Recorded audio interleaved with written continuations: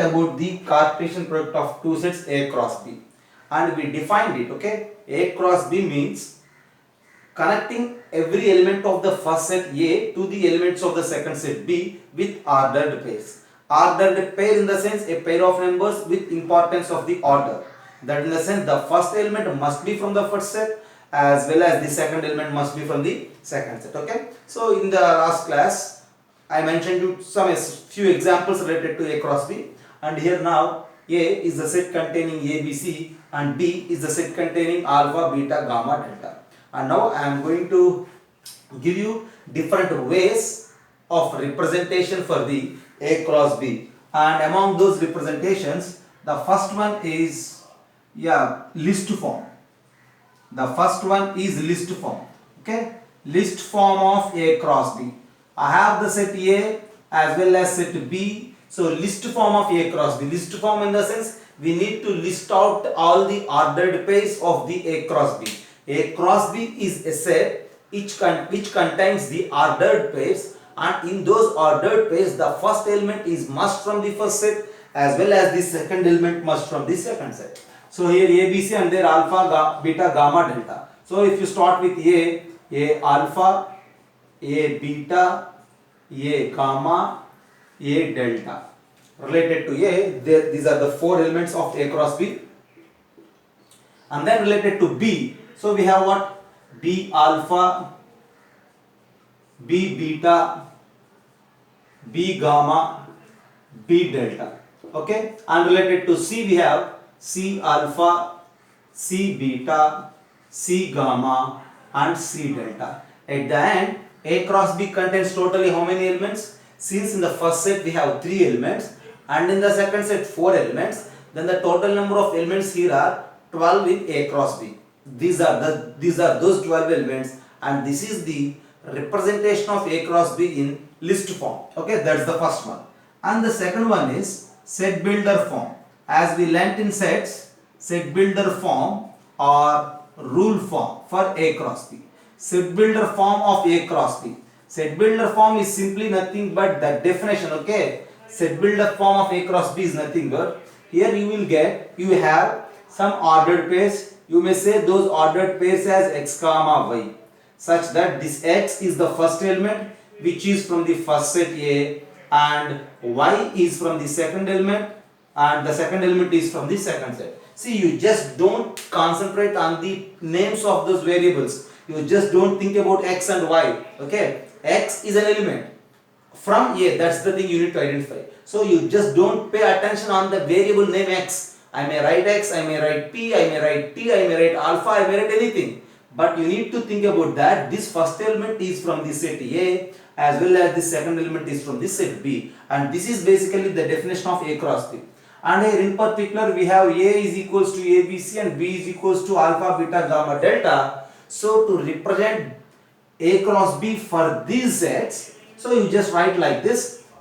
Set builder form of A cross B is the set containing x comma y such that x belongs to A which is equals to set A, B, C, and y belongs to the second set B which is equals to containing the elements alpha, beta, gamma, delta. At the end, this is the representation of A cross B in set builder form, and this is the representation in what? List form. And along with these two representations, we have some diagrammatic representations. We call them as tree diagrammatic representation, arrow diagrammatic representation, and then graphical representation. I will represent one by one. Okay. And now the first thing is I will tell you here arrow diagrammatic representation. Arrow diagrammatic representation for A cross B. See, the related to the arrow diagrammatic representation of A cross B. Here you need to color elements of set A in one circle and elements of set B in another circle. Okay, as we discussed in sets, we use circles or rectangles or ovals, anything for a closed figures. Okay, here it is A, B, C, which is set A, and here you will represent set B containing the elements alpha, beta, gamma, delta. Okay, this is set A, and whereas this is set B. Now arrow diagram representation is simply nothing but you need to connect all possible elements. Okay, I am connecting A to alpha, A to beta, A to gamma, A to delta. Every arrow represents one element in the set. Here A alpha is the element A alpha, and the arrow from A to B represents A beta, like that. And then starting from B again, B alpha, B beta, B gamma, B delta. And then you need to start from C. So again C alpha, and then C beta, and then C gamma, and then C delta. Here again you will get 12 arrows which are corresponding to every element of of these 12 elements A cross B. Okay, so at the end, to represent A cross B we have different ways: list form, set builder form, arrow diagrammatic form. Just have a look, and then I will give you graphical representation as well as the tree diagrammatic representation. Okay, have a look. Tree diagrammatic representation for A and B. First of all, you just take elements of A in one column, and corresponding to every element of A, you need to construct a branch for the elements of B. So A will maps to alpha, A will connects to beta, A connects to gamma, A connects to delta. And then again from B, B connects to alpha, B connects to beta, B connects to gamma, and then B connects to delta. And after that, starting from C, again you need to construct. Okay, C connects to alpha, C connects to beta, C connects to gamma, and then C connects to delta. So likewise we need to connect every element of set A. We need to connect for the elements of B. And now if you think, yeah, this A connecting to alpha will give us the ordered pair A alpha, which we call it as A cross B. Okay, and A connects to beta will give us the second ordered pair A beta, and it represents A gamma, and it represents A delta, and it represents B alpha, and it represents B beta. Likewise you need to represent every element of that A cross B. Okay, and just have a look, and this we usually called as tree diagrammatic representation for A cross B. Okay, have a look. After this tree diagrammatic representation, now graphical representation. For this graphical representation, you need to take one horizontal line and vertical line which are perpendicular to one another. On this horizontal line, you need to represent set A. First set on this vertical line represent the elements of set B. So here the elements are A, B, C. You just take the elements of set A on this horizontal line with equi-spaces, as well as elements of set B on the vertical line with equi-spaces. Okay, so horizontal line represents what? First set. Vertical line represents second set. And now see A, B, C, and then alpha, beta, gamma, delta. So we need to connect this A to each and every element. So this is one element of that A cross B, and this is another element, this is another element, and this is another element.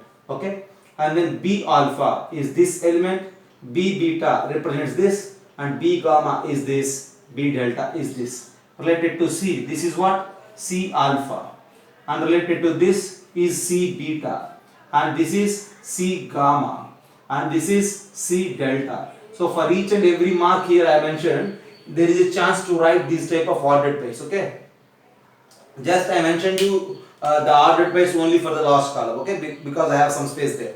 So at the end, if you look, all these 12 elements, okay, 4 and 4 and 4 and 4, these 12 elements, if you highlight them with a box, these 12 elements will represent A cross B, and we say it as the graphical representation for A cross B. Just have a look. So finally, there are different types of representations for A cross B: list form, set builder form, as well as what?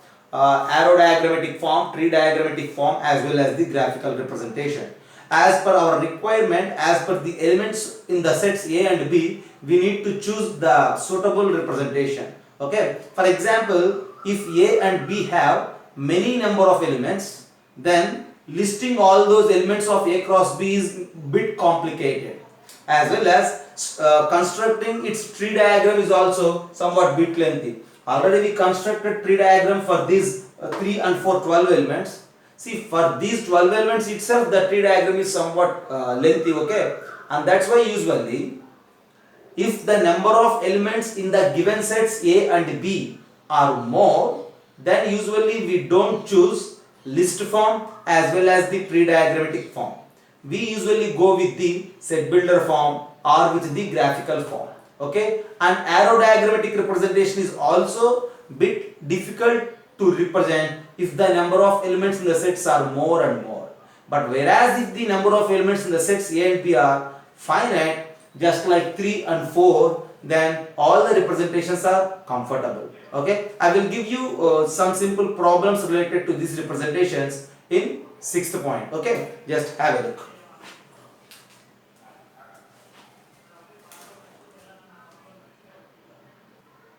So just have a look. How to represent A, B graphically. Here the first thing is A set containing the finite number of elements 1, 2, 3, and B here it is 3, 4, 5. So it is easy to represent graphically. So for the first problem, A bit, I am representing here, just have a look.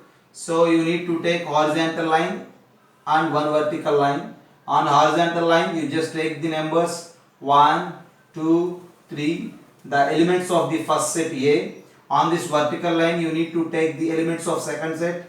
See, 3, 4, 5. See, this is graphical representation just, and no need to take all the elements from 1, 2, 3, 4, 5 like that. Or if you represent line like 1, 2, 3, 4, 5, no problem, still it is okay. Okay.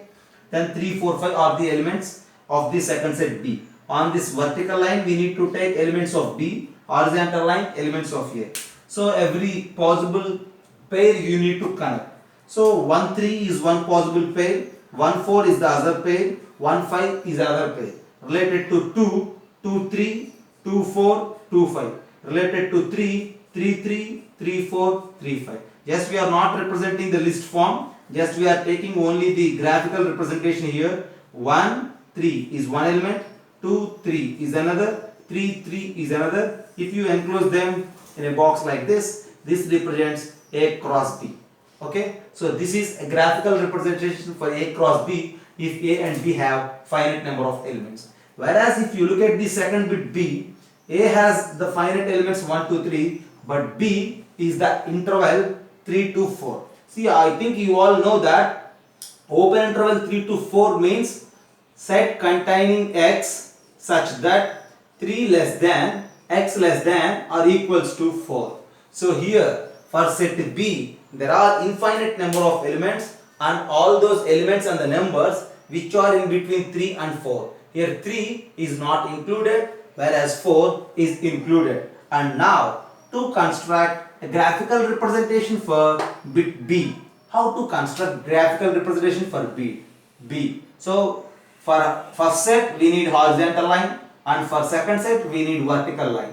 On this horizontal line you just take the elements of A, 1, 2, 3, and on the vertical line, see, for suppose if you have 3 here and somewhere if you have 4 here, we need to consider what? All the numbers which are in between 3 and 4. So we need to take all the space which is from 3 to 4. So at 4 also we need to take, but at 3 we need to leave. Okay. See, for related to 1, every number between 3 to 4 we need to take, and that's why you just represent a line like this. Actually every point in this region we need to identify related to 1 on the first set and related to every element of the second set. We need to represent some points, and all those points together will represent a small line segment there. Then related to the second element 2, and every element which is in between 3 and 4 is there. So 3 is not there, so take a open circle. 4 is there and a closed circle, you just represent them by a line segment like this. Then related to 3. So 3, 4 is included, 3, 3 is not included, and every element between 3 and 4 we need to make an ordered pair with 3 to each and every element of this region. So take a line segment there. So since there are infinite number of elements in the second set B, we need to consider infinite number of points related to the second set, and all together will make 3 line segments, and if you enclose all these together in a box, and we need to name it like A cross B, and this is the graphical representation. Whereas think about bit C. Okay, A is open interval 1 to 3, B is open interval 3 to 4, and how to represent A cross B graphically now? Okay, just have a look.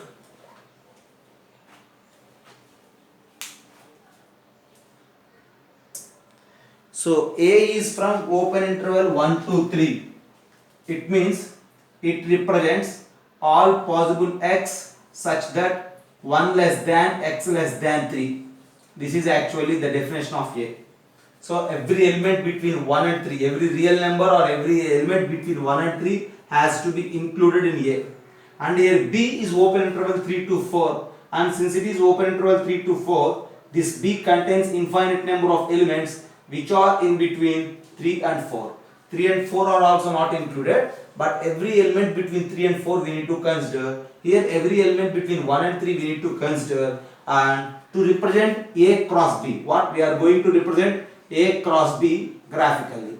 To represent A cross B graphically, again we need one horizontal line and one vertical line. Horizontal line is for the first set A, vertical line is for the second set B. And on this horizontal line we need to represent elements of first set.